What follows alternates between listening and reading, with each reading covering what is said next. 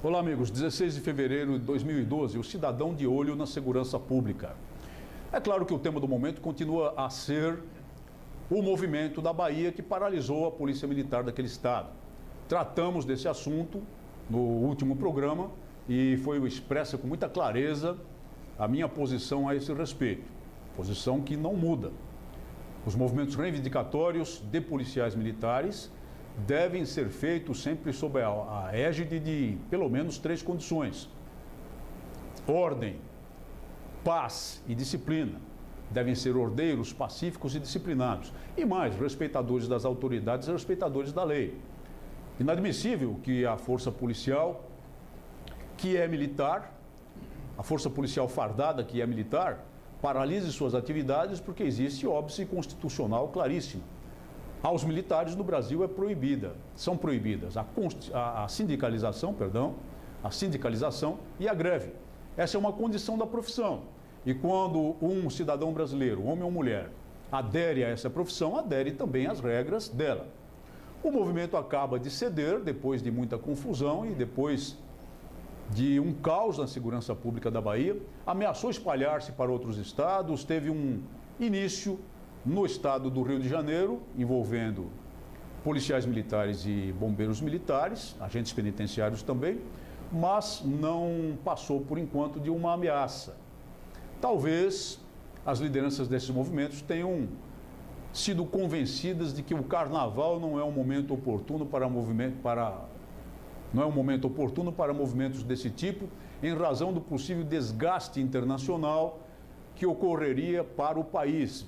Uma vez que, se pensarmos na Bahia, muito especialmente em Salvador, e se pensarmos no Rio de Janeiro, muito especialmente na capital, a cidade maravilhosa, o fluxo de turistas no carnaval é muito forte e representa importante aporte financeiro para as atividades produtivas daquelas duas cidades, dos estados, e também para os cofres públicos. Então devem ter sido convencidos a afastar no momento o movimento. Isso não quer dizer que os problemas estejam resolvidos. Agora, uma parte da imprensa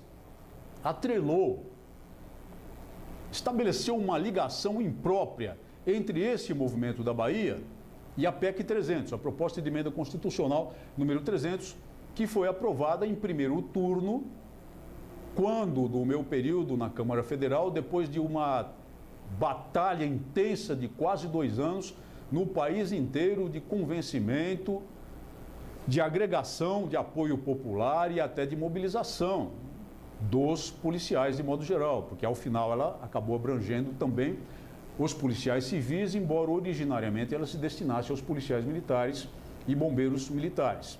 Uma coisa não tem nada a ver com a outra.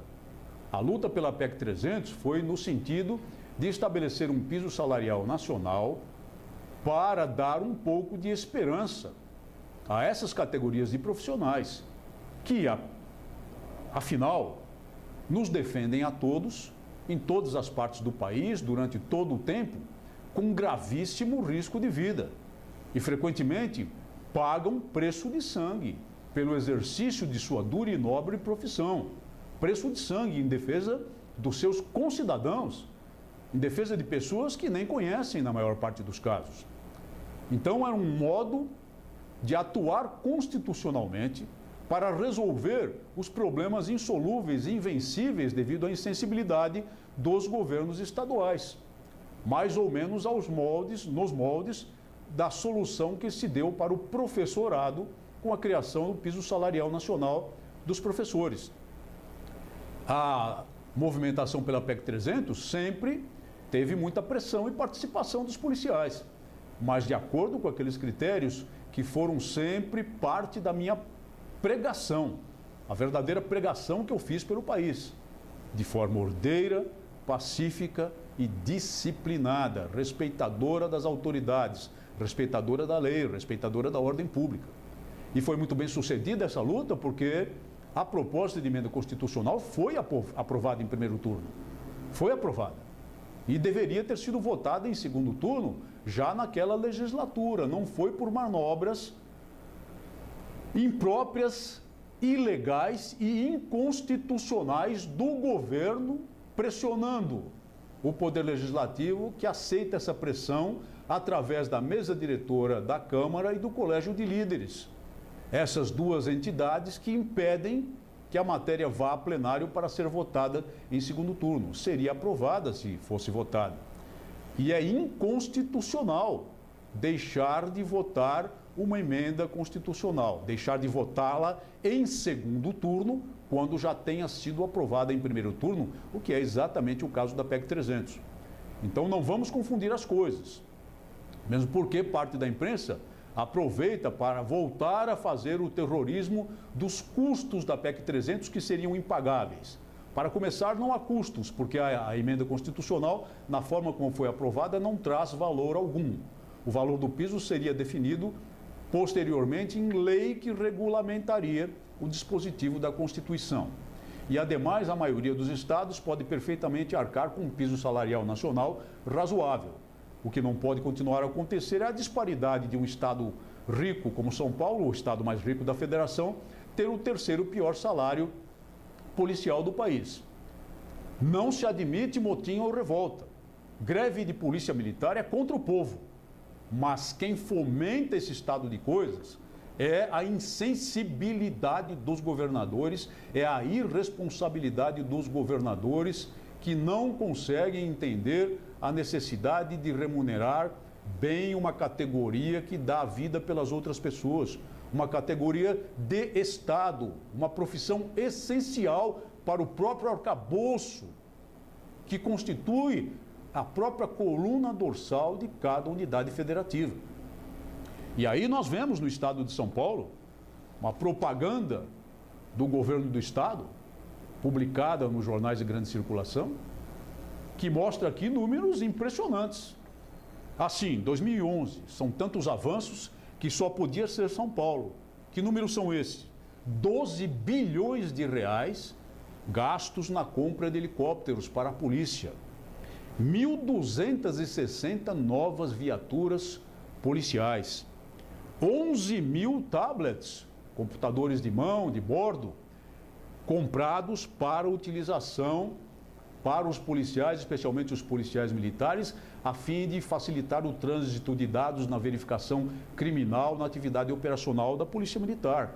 E 125 mil policiais civis e militares agregados ao serviço para compensar, 125 mil policiais civis e militares no conjunto policial do Estado, que é o maior contingente do país, né?